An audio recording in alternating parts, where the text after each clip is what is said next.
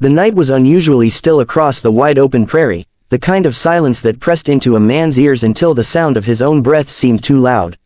Eli McGraw, a rancher more used to long days of fixing fences and tending cattle than any kind of excitement, was riding home slow after selling a few calves at the trading post. His horse plodded beneath him, hooves soft on the dry earth, when a strange glow caught his eye from far off. At first, he thought it was the moon rising behind the ridgeline, but the light flickered, orange and angry, growing brighter as he squinted. Fire. He felt it in his gut before his mind had fully accepted it. Something was burning. Out here, a fire could mean a homestead gone, lives lost, or worse. Eli hesitated for only a moment before nudging his horse into a trot. As the wind shifted, the sharp scent of smoke hit him, stinging his nostrils, followed by the faint, panicked cries of voices carried on the breeze. He kicked his horse into a gallop, heart hammering, knowing full well he could be galloping into trouble. The closer he came, the clearer it became that it wasn't just a brush fire. Flames licked at the sky from the remains of a lodge, its frame snapping and popping in the blaze. Sparks rained down like falling stars, and the dry grass nearby hissed as tiny flames tried to spread. Several figures darted about, shouting in Apache, but Eli's eyes locked on one form near the heart of the fire. A woman, huge, almost as tall as Eli himself, shoulders broad and body built like she'd been carved from the earth itself, was struggling beneath a fallen beam. Her arms strained against it, but the timber held fast across her back, pinning her near the collapsing edge of the structure. The fire was eating its way toward her, and the heat was so fierce Eli could feel it even from where he sat. He didn't stop to think about who she was or what it meant to rush into the middle of an Apache camp uninvited. Instinct took over. He swung down from his horse, grabbed the coil of rope always tied to his saddle, and charged toward the blaze. The air felt like it was trying to strip the skin from his face. Ash bit at his eyes, and he coughed through the choking smoke. The woman turned her head toward him, her face streaked with soot, copper-colored eyes flashing with both surprise and defiance. Even in that instant, Eli thought she looked like some kind of goddess of fire, untamed, fierce, and desperate. "I've got you," he shouted, though he doubted she understood his words. Still, he motioned, pulling the rope over the beam, wrapping it quick around the charred wood. With every breath of battle, he braced his boots in the dirt, heaved with all the strength he had, and pulled. The beam shifted but didn't give. Heat scorched the back of his neck, and sparks landed on his shirt, burning tiny holes into the fabric. "Push," he cried again, his voice hoarse. Whether she understood or not, the woman let out a raw cry and shoved with every ounce of her power. Together, their combined force rocked the timber, then rolled it away with a thundering crash. She staggered forward, her knees buckling. Eli lunged, catching her as she fell. The weight of her nearly dropped him. She was larger and heavier than any woman he'd ever known, but he gritted his teeth and dragged her away from the worst of the fire. His lungs screamed for clean air, and his vision blurred, but he didn't stop until they rolled together into the dirt well clear of the collapsing structure. The building gave one last groan and caved in behind them, the flames roaring higher as if trying to claim what it had lost. Eli lay on his back for a moment, gulping air, before he realized the woman was still in his arms. She was coughing hard, her body trembling with exhaustion, but alive. Her skin glistened with sweat and soot, her long black braids frayed and smudged with ash. Up close, Eli could see the striking lines of her face, strong cheekbones, proud jawline, even through the grime. Her eyes, though weak with smoke, fixed on him with something that pierced deeper than gratitude. It was as though she were memorizing him, marking him in that moment as surely as the fire had marked the night. Shouts rose, and several Apache men rushed forward. Their faces were hard, suspicious, their eyes narrowing when they saw Eli crouch protectively over the woman. One of them barked something sharp in their language, but none dared to touch her until she raised a soot-blackened hand weakly toward them. Slowly, carefully, they helped her up, supporting her weight like she was precious. Eli stood too, unsteady, brushing ash from his shirt, his burned hands throbbing with pain. He half expected one of the warriors to strike him down where he stood. Instead, they gave him long, unreadable looks. They didn't thank him, didn't offer words, but they didn't reach for their weapons either. The woman was being carried away, but she twisted in their hold, her copper eyes finding Eli again. There was no mistaking it, some connection had sparked between them in the heart of the fire. He didn't know what it meant, but he knew it wasn't something that would fade with smoke. He watched until the shadows of the Apache swallowed her from view, the fire still crackling in the distance.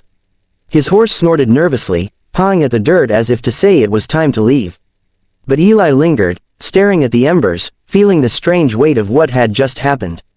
He had ridden in as a stranger, unthinking, acting on instinct. Yet he knew deep in his bones that nothing in his life would ever be the same again. The prairie was quiet again once the flames died, but Eli could still hear the roar of the fire in his head, could still feel the strength of that woman pressing against him as he dragged her free. He thought of her eyes, copper fire in the smoke, and he knew he had been branded that night, not by flame, but by fate. The prairie morning was cool, the kind of crisp air that carried every sound for miles. Eli McGraw had risen before dawn, as he always did, to tend his cattle and mend what the night winds had battered. But this morning, his hands shook more than usual, the blisters from last night's fire making even simple chores ache. Every time he bent to hammer a fence post, he saw her again, the giant Apache woman's copper eyes staring into him through the smoke. He had saved her life. And yet, something deep inside him whispered that the story wasn't over. By mid-morning, as the sun climbed higher, his unease found its answer. On the horizon, dust plumed up, shimmering under the hard light. Eli shaded his eyes and stiffened. A group of riders was cutting across the open land, their figures growing sharper with each second. He counted a dozen at least, maybe more, all on fast ponies. His gut clenched when he saw the glint of weapons, rifles slung, bows strung across backs, lances flashing like silver in the sun.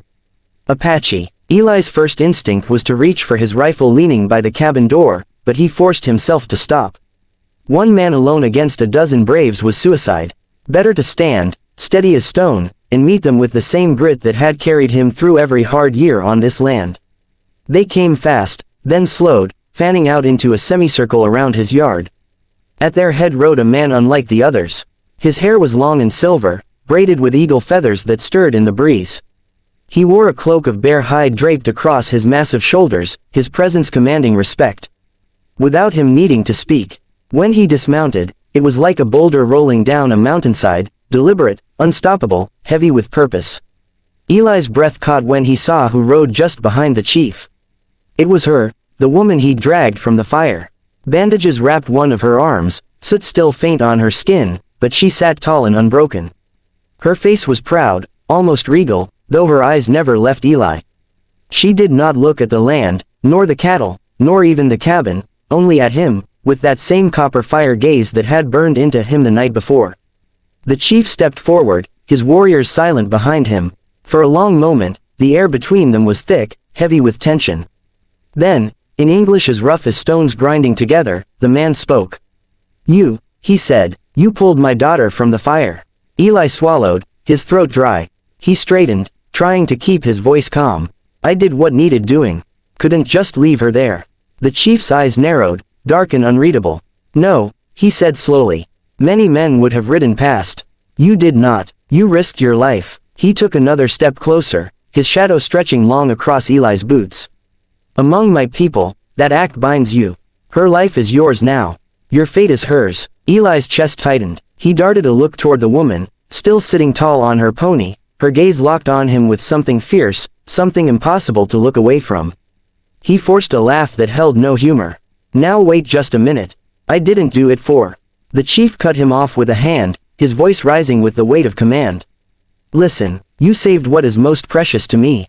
Now you must give what is most precious to you." Eli blinked, thrown. "What are you saying?" The older man's gaze did not waver. "She cannot stay with us. Balance must be restored. She belongs where her life was given back. She belongs with you." The words struck Eli like a blow. His mouth went dry, his burned hands curling into fists at his sides. "You mean, you want me to?" The chief's voice dropped lower, every syllable heavy with finality. "You will take her, protect her, make her your wife. This is our way. This is the way of debt. Refuse, and the spirits themselves will follow you with war." For a long moment, Eli stood frozen. His mind spun, tangled between disbelief and the quiet, treacherous truth in his chest, that he had felt something in the fire when their eyes met, something that hadn't left him since. His heart thundered with both fear and something he didn't dare name. He looked again at her. She had dismounted now, standing taller than most men, her frame strong, shoulders squared. The firelight of last night still seemed to cling to her, as though she carried it inside her veins. She didn't speak, didn't plead, but her eyes, those molten copper eyes, bore into him, waiting. Not begging, not forcing. Simply there, like the fire had branded them both with the same mark. Eli's voice cracked when he finally managed to speak. What if I'm not the man she deserves? The chief's answer was a low rumble, certain as thunder. The fire chose you. A man does not question the spirit's choice. He stepped closer, so near Eli could see the lines of age etched deep into his weathered face. You think you are poor. You think you have nothing to give. But you gave your breath, your strength, your courage. That is worth more than cattle or gold. The words dug into Eli's heart like spurs. His gaze shifted again to the woman, his savior as much as he was hers, though he barely understood how. She stood silent, waiting, her bandaged arm a reminder of what they had endured together. And then it struck him, she wasn't afraid. Not of him, not of what her father had decreed. She was steady, calm, ready to step into whatever this fate was. The chief looked once more at Eli, his expression grave. So, do you accept her, as the spirits have already decided? Eli felt the weight of every choice he'd ever made pressing down on him, but none so heavy as this. He thought of his empty cabin, the long nights of silence, the loneliness that bit colder than any winter wind. He thought of her eyes in the fire, fierce and unyielding. And though his voice trembled, the truth slipped free before he could stop it. Yes, the warriors behind the chief murmured, their voices rising like distant thunder. The chief gave one solemn nod, as though he had already known the answer. Then he turned to his daughter, who stepped forward until she stood only a breath away from Eli. Her shadow merged with his, long across the dirt yard, as though the prairie itself had already accepted what had been decided. For the first time, the woman spoke, her voice low but strong. I am Tala, she said in accented English. Now, I am yours.